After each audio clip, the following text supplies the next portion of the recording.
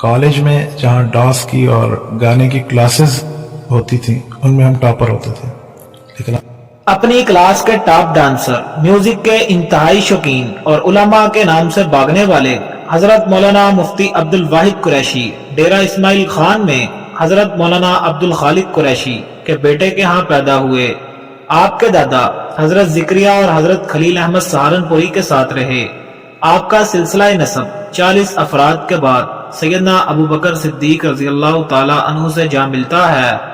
اللہ نے آپ کے والد مولانا محمود الحسن قریشی پر خاص فضل فرمایا کہ آپ کو حضرت مولانا حسین احمد مدنی، انور شاہ کشمیری اور مولانا کفایت اللہ دہلوی کے قدموں میں جا پہنچایا، جہاں آپ نے جامعہ امینیہ دہلوی سے تعلیم حاصل کی اور دینی علوم سے خوب آشنا ہوئے، لیکن حضرت مولانا مفتی عبد الواحد قریشی کا دینی علوم کی طرف بالکل بھی رجحان نہ تھا۔ ایک مرتبہ آپ کے اسکول ٹیچر نے آپ سے سورۃ الناس کا ترجمہ سنا تو آپ کو لفظ ناس تک کا ترجمہ نہ آیا، تو آپ کے استاد نے بطور طنز یہ کہا، اتنے بڑے عالم کے بیٹے کا یہ حال ہے۔ یہ سنتے ہی آپ کے دانتوں تلے پسینہ آ گیا۔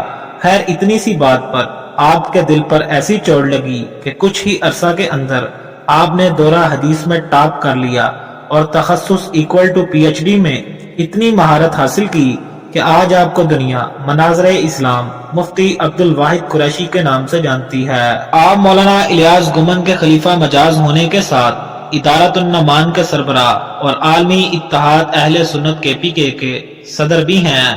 مفتی صاحب کو مختلف مکاتب فکر کے ساتھ مباحثوں اور قادیانیوں کے ساتھ مناظروں کی وجہ سے دنیا بھر میں بڑی مقبولیت حاصل ہے۔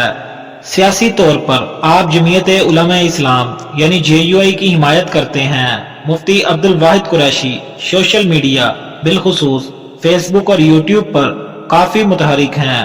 آپ کے فیس بک پر ملینز میں فالوورز اور یوٹیوب پر تقریباً 2.25 لاکھ سے زائد لوگ آپ کے چینل کو سبسکرائب کیے ہوئے ہیں، جہاں آپ کی ٹیم آپ کے لیکچرز، آپ کے دورے اور مناظرے باقاعدگی سے شیئر کرتی ہے۔ آپ کئی ممالک بالخصوص ترکی، سعودیہ اور UAE کا دورہ کر چکے ہیں۔ اس کے ساتھ ساتھ آپ کئی کتابوں کے مصنف بھی ہیں، جن میں عقیدہ حیات النبی اور رد قادیانیت وغیرہ سحر فہرست ہیں۔